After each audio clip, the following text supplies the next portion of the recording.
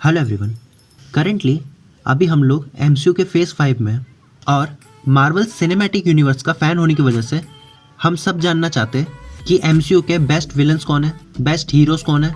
लेकिन आज हम इस वीडियो में बात करने वाले टॉप 10 सेल्फिश एमसीयू कैरेक्टर्स के बारे में। और इस वीडियो में जिन कैरेक्टर्स के बारे में मैं बात करने वाला हूँ वो टोटली मेरा पर्सनल पॉइंट ऑफ व्यू है, तो वीडियो को एंड तक ज़रूर देखना क्योंकि कुछ ऐसे कैरेक्टर्स भी इसमें होने वाले हैं जो आपको शॉक कर सकते हैं। So let's start. तो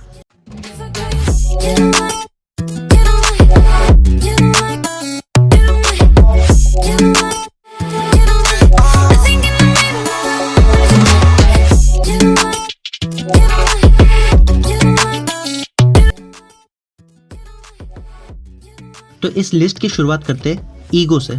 इस कैरेक्टर में इतना ज़्यादा एरोगेंस था कि इसको लगता था कि पूरी दुनिया इसकी है, पूरे वर्ल्ड पे ये कंट्रोल पा सकता है। और ईगो को कोई भी इशू नहीं था अपने लव्ड वंस और अपने बच्चों को मारने से, क्योंकि वो बस अपना गोल पूरा करना चाहता था। और guardians of the Galaxy volume 2 में भी हमने देखा कि वो पीटर क्विल को चाहता था कि वो उसके पास हो ताकि वो उसके सेलेस्टियल की पावर ले सके, क्योंकि हम सबको पता है कि पीटर क्विल हाफ सेलेस्टियल है। General Ross AK Thunderbolt Ross एक सोल्जर था जिसके बाद उसने खुद भी सोल्जर्स को लीड करना शुरू कर दिया था। और एक सोल्जर होने की वजह से उसकी ये पर्सनैलिटी है कि वो ऑर्डर्स को फॉलो करे और मिलिट्री के डिसिप्लिन को कॉम्प्रोमाइज़ ना करे।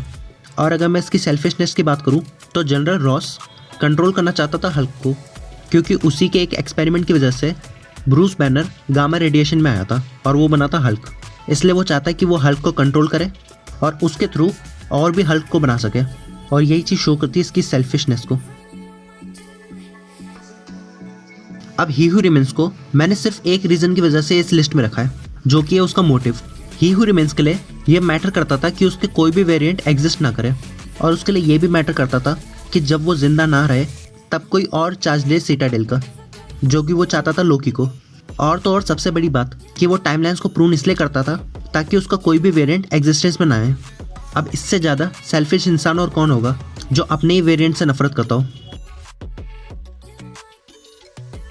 हाई इवोल्यूशनरी इस कैरेक्टर की madness and complexity make him one of the most selfish characters in the MCU. और हाई इवोल्यूशनरी को अपने एक्सपेरिमेंट्स में बहुत बिलीव था, लेकिन जो उसका एक एक्सपेरिमेंट था जो कि था रॉकेट रकून, हाई इवोल्यूशनरी से वे मोर स्मार्टर निकल गया, जो उसको डाइजेस्ट हुआ ही नहीं। जिसके बाद वो इस चीज़ को लेट इट गो कर ही नहीं सकता था कि उससे ज़्यादा स्मार्टर बंदा जो उसी ने क्रिएट करा हो वो कैसे हो गया। और इसके बाद हम सब जानते हैं कि गार्डियंस ऑफ द गैलेक्सी में क्या हुआ। लेकिन ये कैरेक्टर अभी भी जिंदा है, क्योंकि guardians of the Galaxy volume 3 के एंड में हमें पता चला था कि ड्रैक्स ने हाई इवोल्यूशनरी को बचा लिया था। तो आई एम श्योर ये आगे जाके भी हमें देखने को मिलेगा। अगर मैं इटर्नल्स मूवी की बात करूँ तो इस मूवी में सबसे बेस्ट जो इटर्नल था वो था इकरिस, क्योंकि वही रिप्रेजेंट करता था कि कैसे एक इटर्नल को होना चाहिए। क्योंकि इकरिस ने हमें बताया कि एक इटर्नल को लॉयल होना चाहिए और चाहे कोई भी उसको ऑर्डर मिले उसको अकम्प्लिश करने के लिए रेडी होना चाहिए। जैसे कि हमने देखा था कि इकरिस अरिशम को कैसे मानता था, जबकि उसको पता था कि अरिशम गलत है, फिर भी वो एज एन इटर्नल उस चीज़ के लिए रेडी था, भले ही इसके लिए उसको अपनी इटर्नल्स फैमिली को ही धोखा क्यों ना देना पड़े। मिस्टीरियो एक नार्सिसिस्ट, और जो पर्सन नार्सिसिस्ट होता है उससे ज़्यादा सेल्फिश इंसान पूरी दुनिया में कोई नहीं हो सकता। All he wants is glory and press, और या फिर मैं कहूँ कि he wants fame and popularity. और हम सब जानते हैं स्पाइडरमैन फार फ्रॉम होम से कि उसको कितना हेट है टोनी स्टार्क से, और उसको लोगों की नज़र में नेक्स्ट हीरो बनना है, एज इन टोनी स्टार्क से भी बड़ा। क्योंकि उसको अगर रियल में हीरो बनना होता तो वो असली के विलन से लड़ता, ना कि आर्टिफिशियल विलन से। और वो इतना ज़्यादा सेल्फिश था, इतना उसमें ईगो था कि वो मरने से पहले ही प्लान बना के गया था कि जब वो मर जाए तो लोगों की नज़र में ये आए कि वो हीरो था और स्पाइडरमैन विलन, जो कि उसने कर भी दिया था। जब इसकी फैमिली को इसके आंखों के सामने ही मारा गया था, then he becomes vigilante, that is Punisher. और पनिशर को लगता है कि जो भी वो करता है वो अच्छे के लिए, चाहे इसके लिए किसी मासूम की जान जाए या फिर किसी को हार्म हो। और पनिशर जिस टाइप का कैरेक्टर है, अवेंजर्स के भी अगेंस्ट जा सकता है फॉर हिज मिशन और क्राइम को रोकने के लिए। इस लिस्ट में सिल्वी से ज़्यादा सेल्फिश कोई भी नहीं हो सकता, और इस लिस्ट में ही क्यों, पूरे एमसीयू में सिल्वी से ज़्यादा सेल्फिश इंसान कोई नहीं हो सकता, क्योंकि सिल्वी का जो सेल्फिशनेस है वो एक ही वजह से है, बिकॉज ऑफ हर चॉइस। क्योंकि वो किसी भी हाल में चाहती थी कि वो ही हू रिमेन्स को ख़त्म कर दे। जबकि लोकी सीजन 1 के एंड में सिल्वी को बताया गया था कि अगर ही हू रिमेन्स मरा तो उसके कॉन्सिक्वेंस क्या होंगे। फिर भी उसने अपने दिमाग में कोई सेकंड थॉट ना लेके ही हू रिमेन्स को मारना शुरू कर दिया, जिसके बाद हम जानते हैं कि क्या हुआ। और ही हू रिमेन्स को मारने के लिए सिल्वी ने लोकी से भी अपना रिलेशन तोड़ दिया। और लोकी सीजन 2 में भी हमने देखा कि कैसे सिल्वी को फ़र्क नहीं पड़ रहा कि चाहे कोई टाइमलाइन बचे या ना बचे, और उसने साफ साफ इनकार कर दिया लोकी को कि वो उसकी मदद नहीं करेगी। लेकिन जब उसके खुद की टाइमलाइन में प्रॉब्लम आना शुरू हुई तब उसने मदद का हाथ बढ़ाया, which shows how selfish Silvi is. Thanos arrogant nature shows his selfishness.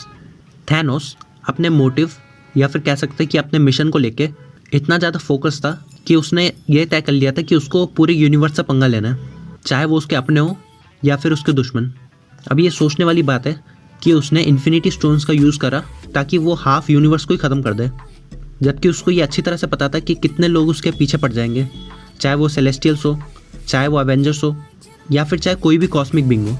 लेकिन वो सबके लिए रेडी था। और ये जो थैनोस का मोटिव था वो सेल्फिशनेस से भी बहुत ऊपर है। और वो कितना सेल्फिश हो सकता है वो आप ये अंदाज़ा लगाओ कि उसको पावर स्टोन कैसे मिला था, ज़ेंडा तबाह करके।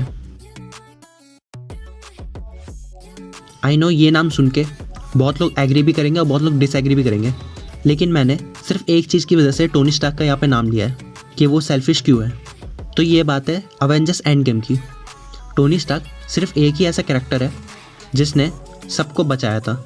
और टोनी स्टार्क की जो कैरेक्टर ग्रोथ है 2008 से लेकर 2019 तक, that is one of the best character growth और character development in the whole MCU। तो मैं जो बात करने वाला हूँ टोनी स्टार्क क्यों सेल्फिश है, वो बात है अवेंजर्स एंड गेम की।